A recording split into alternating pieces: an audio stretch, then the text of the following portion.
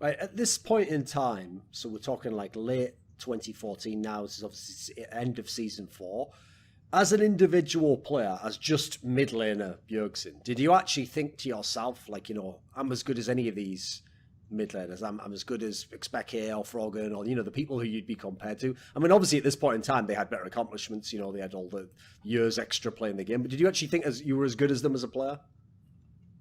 Yeah, I thought individually and in terms of laning, I was just as good as pretty much any player that I faced. I didn't think I was as smart as Pawn, and I didn't think that my champion pool was as deep as Pawn, because our team was very limited in our strategies. So I was pretty much forced to play only control mages, because when I was playing control mages, I would often be in the middle of the map, and I would have a better outlook to kind of micro my teammates and help them when they were lost and look at the waves. But when I was playing assassins like Fizz, Zed, and Cassidy, I think mostly Fizz and Cassidy, you're on the side lane and you're more, I guess, selfish and focused on myself. So we ended up at a point where I could only play this very limited champion pool. So I felt like I was as good as the majority of them, but Pawn was the one that really stood out to me, because I mean, he did things that were so basic, but it was kind of like the wave control in lane and how he used wards and how they would especially abuse the blind spots that I had when I warded. And it was like, no matter where I warded against this team, they would kill me. So I learned a lot from playing against Samsung White and playing against Pawn and Dandy. When people, it was actually back in like, I think it was even in season 4 maybe, when people first started that famous thing. Funnily enough, it was actually Inven who did it, of like, Bjergsen is the faker of NA. Now, people have gone way too far criticizing that, because I noticed that triggers the fuck out of people. Because what people always think that means, for some bizarre reason, it's something about the new generation. They interpret it literally like Bjergsen is faker. Whereas actually, as an analogy, that's a very good analogy. Like, contextually, you have both been the players who've won the most in your regions. You have always been very good in your regions. You have been the dominant player in your regions. In a lot of ways, it does match up. Do you feel, if I just talk only about NALCS, do you feel like that fits you? Like, have you felt like you've dominated the NALCS and you've been the best player over the last few years? I think I don't know about dominated, but I think I've been consistently the best player in the NALCS. Yeah, I do feel that way, but I don't think that even qualifies for any kind of title as NA faker, because faker is not. He's not good because he's won OGN so many times. I think there's even they don't even win the LCK every time. It's not like SKT is consistently winning. They lost the split as well. I think they lost to Rocks Tigers. They lost to KT, but then KT lost to Rocks. Yeah. Oh, okay, yeah. They finished third. But what makes Faker great is that he's winning the tournaments when it matters, and I haven't done that yet. So I would say within NA I've been dominant, but I haven't really earned that name fully yet. So you think about where Bjergsen is right now. It's not that his team's the best and he just happens to be the best team player on his team, and therefore since his team's the best, he's de facto the best player. He is at the moment the best player of any position in North America by far. Yeah, okay, memes about Forgiven coming in, but I mean just by far, just to show you that, like, at any position, the level right now in terms of like skill and what he's outputting, manifesting in the server, his performance level is at the moment he's by far the best. And so actually he's part of the reason why TSM are that far ahead at the moment, and why they're looking like the best team, which is a problem, because when you think again to transport them to international scene, we might have some of these issues again, where are they going to have that advantage based on him? Also, what I find interesting is that the different champions Bjergsen's been so good on in his time in TSM, because it's not the assassins that we remember from Europe. It's not like, yeah, obviously his Syndra was always really good when he was back in Europe, but it's not Zed, actually. Zed hasn't really much of a factor in Bjergsen's time in TSM, actually. Instead, the champions he's really been doing work on is Orianna. He's got a lot done on that one. When he falls back on it, it's a good choice. It's not just like the cowardly fallback that like a Link or a Shifter seem to do with that champion. Yasuo, he had some great games within the summer. Syndra, obviously, still, he's just so good at all the abilities of that and comboing them. He's very good there. One that he doesn't get enough credit for is his Xerath. Now, I mentioned before when he like hard carried the game against Dig, but actually in general, when we make fun of a lot of these really good mid laners who seem to have this Like they get drawn, like the Zerath is the flame and then the moth that's just drawn to it and keeps getting burned by it and keeps getting burned by it and their wings keep getting burned by it. Actually, bizarrely, he's the guy where he's made Zerath work a lot in the playoffs of summer last time. He had a game in Worlds, I think, that was decent on it. He's obviously having great games on it now. Actually, he's making Zerath work in a way that people like Froggen and Vega aren't, bizarrely. So then you come to really Bjergsen's time in TSM. And you look at his time, he was in 7 straight LCS finals. He's played in 8 total out of a possible maximum 10 that he could have appeared in. He won 5 titles over that time period. But if we characterize how those runs were, I got to say, it isn't that TSM was always one of the absolute elite teams, that they always should have been in every final, and maybe they should have won more than the 5 titles. I actually think that is a disservice, both to the org themselves, where they were as a team, and Bjergsen as an individual great player. Because for me, you look at some of these runs that they had to the finals, some of them, including splits they won, they didn't even have the clear-cut best team in the LCS. In fact, at times they were far from the best team in the LCS. Sometimes they weren't even an elite tier team, and they were still making these finals. It's debatable for many of these splits as to whether they even had the best NA roster, or the best roster man for man, or the most players that they were best in their roles, and yet they were making finals, sometimes even winning the championship.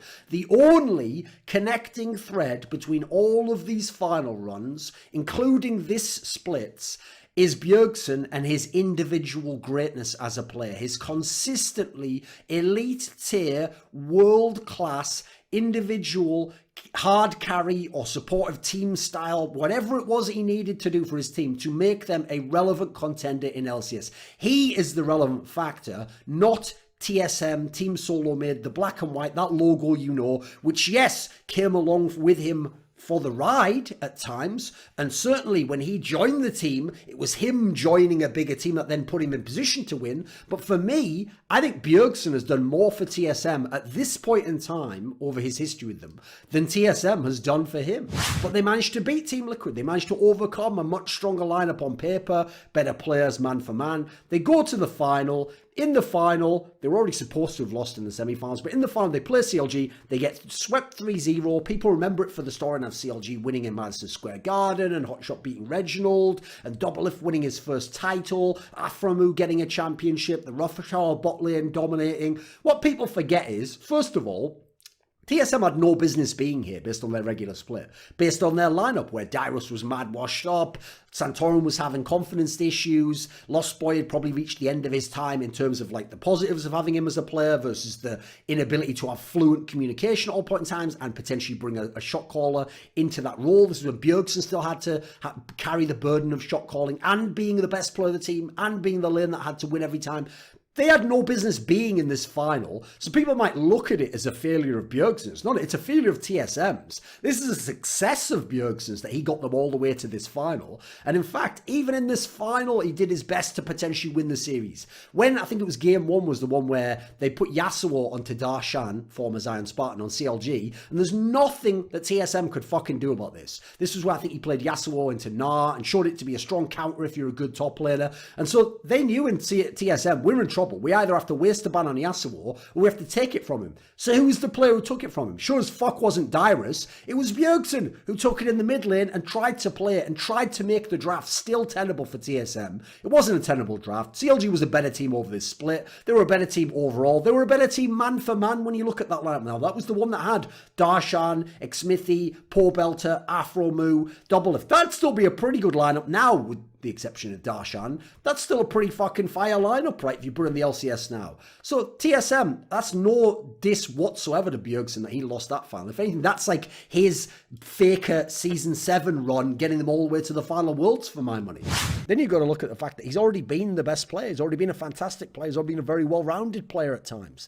So he has to seek to find ways to improve himself and to be at his best for the next split. It doesn't matter that he was amazing 2 years ago. People want to see what he does this split or this next tournament or at the next international competition. So he's still looking at everything he's done And I'm going to say, great, I've got to maintain that. I've got to adapt that. I've got to build on that. But I've got to look still for the little edges. It's like that old saying, okay, that the bigger you build the bonfire of knowledge, the greater the darkness of ignorance is displayed to be. That's what happens to someone like Bjergsen. To me or you, we see, look how fucking good he's gotten. You know, there must be, such a small edge, 5%, 1% between him and being the absolute best. But to him, the 5%, the 1% is another mountain to be climbed. And he's at the bottom of it each time. And he's having to try and scale his way up and find a way to get there. And there's no clear path along the way. There's no signposts. You can't just copy what a Korean did. And you've got no Westerners who've got kind of a path before them that you can follow the context of, because when they were beating Koreans, or they were doing very well internationally, it was a completely different world to the one you're in. You're having to adapt to a different world and meta each time. He's also someone where it's not even about individual excellence and mastery, because he's accomplished that and continues to accomplish that and is very far along on that quest. Now for him, because it's a team game and you cannot succeed at the ultimate level, especially the World Championship level, without your team as being very good and coordinated and working as a team, now he has to also, as well as working on his own individual game and keep himself motivated and keep himself adapting and improving, he has to also look to work better with his teammates, to improve others, to take on leadership components, shot calling, being a captain, giving confidence to others. Then there's the idea he's going to manage communication and shot calling. Are you fucking kidding me? What shot calling? I've been waiting to see it. I feel like that Gandhi quote about like Western civilization or whatever. It's like, what do you think of Bjergsen's TSM shot calling? It's like, I think it would be a good idea. I've never fucking seen it, guys. In season 5, people used to credit him all the way from then. It's like, he's part of the shot calling and decides what the team does. Then in came Doublelift, and y'all are so stupid. You think Doublelift, of all people, one of the dumbest players outside the game ever, you think he was shot calling all the shit? Well, guess what then? Give him the credit for the garbage shot calling in season 6 and season 7. Go look at Worlds and tell me what their shot calling and macro was like. And remember, if you're going to be like, well, they had worse players, now go have a look who plays on Jensen's teams. Were those players all better than TSM? Shut the fuck up. Then the idea he's going to work with the strategic coaches and the analysts. So are we just ignoring all the reasons you gave for him being good were basically what would in theory fit the role of a strategic coach? And then now that even though he's actually just the head coach, a role he's totally unqualified for, we're going to act like those transfer over to that as well. Nah, my dude. I'd even say this. I saw on an episode, it was on So Many Insight that we did with Whippo. He made a point where, this wasn't actually from Bjergsen, I don't believe, but he said that he talked to Bjergsen and that Bjergsen had a good mind for the game. And he gave some example where he was like a jungle example of like when you shouldn't back after a clear because you have an advantage. Something along those lines. Or you should back and get the item to your head or whatever. So basically, what he was describing was that Bjergsen understands how to win the game. I could even accept that because of how many times I've seen him 1v9. But if that's true, that also carries an implication, which is that he's piss poor explaining it to his teammates. He's the anti-Mythior Perks or Yellow Star. Then let's add something in there. There's a conflict of interest in him having ownership and being the head coach. First of all, it's way less likely he's fired. It's harder for his players to think he's going to be held accountable like a normal coach would be. They can't just go around him and say to the boss, like, oh my God, he's a part of the ownership as well.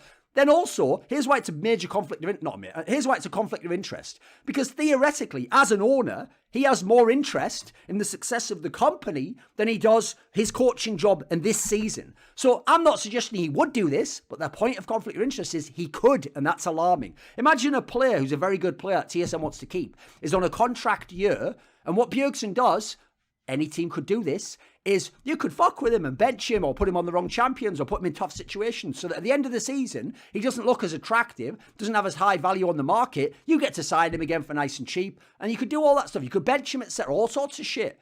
You could claim he has problems. I'm not saying he would do that. The fact that it is possible is what's alarming. So I personally don't actually know if he will be a good coach or not. I don't know that he'll be a bad coach. There've been a lot of people I thought were trash that were coaches. And I think the standard isn't very good at LCS, quite frankly. So I'm actually interested to see what happens. But I think that he has to develop and he has to learn. He has to massively humble himself. And I would hope he understands nothing is granted, nothing is given in this particular job. Just like as a player, you've got to work in it and you've got to be self-reflective, quite frankly, in the way Bjergsen wasn't as a player himself, internationally representing TSM, as a captain of TSM, when he dealt with other people who were his coaches in TSM, when he dealt with his teammates in TSM, and generally everything except just raw laning and hitting people with skill shots as a mid laner piloting champion.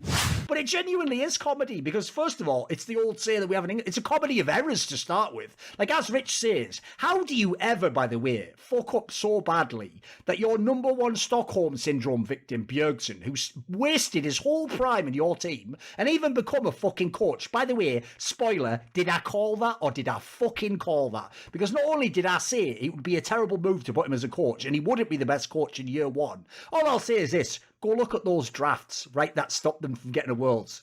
Chef's kiss, Bjergsen. Fucking amazing, my dude. Secondly, that thing that Crumbs just said there, where Bjergsen's sort of like, it was kind of hard though, knowing that, you know, I could do things better than those players. This is why you don't sign superstar players as fucking coaches. Because, spoiler, Michael Jordan literally did that, if people don't know. He literally was like I think it was like president of operations at the Washington Wizards. And one year, no joke, he just looked at the team and went, I should just really play shooting guard instead of letting these guys play. Like, this is the opposite of a coach's mentality. A coach can never think that thought. That should never be allowed to enter your brain, beyond maybe if you used it as some sort of weird, like, motivational angle. Listen, it'd be one thing if instead, Crumbs, it wasn't like, oh, I saw PoE doing this, or I played him in the, you know, like, fucking solo queue and thought, he's not that good. It'd be a cool story if it was like, right, I went and I did a bunch of 1v1s privately with PoE and I leveled him up and his matchup got better. That'd be a sick story. The Bjergsen story is terrible because it implies to me like he never fully, like, sort of understood or bought in to the coaching philosophy. So I hate that angle itself. Oh, yeah?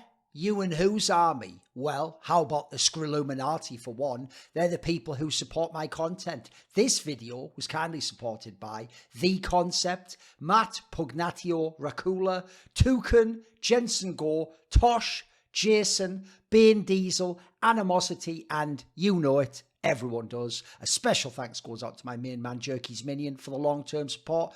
Do you want to ask a question for my AMA videos? Would you like teasers? Find out what upcoming guests I've got?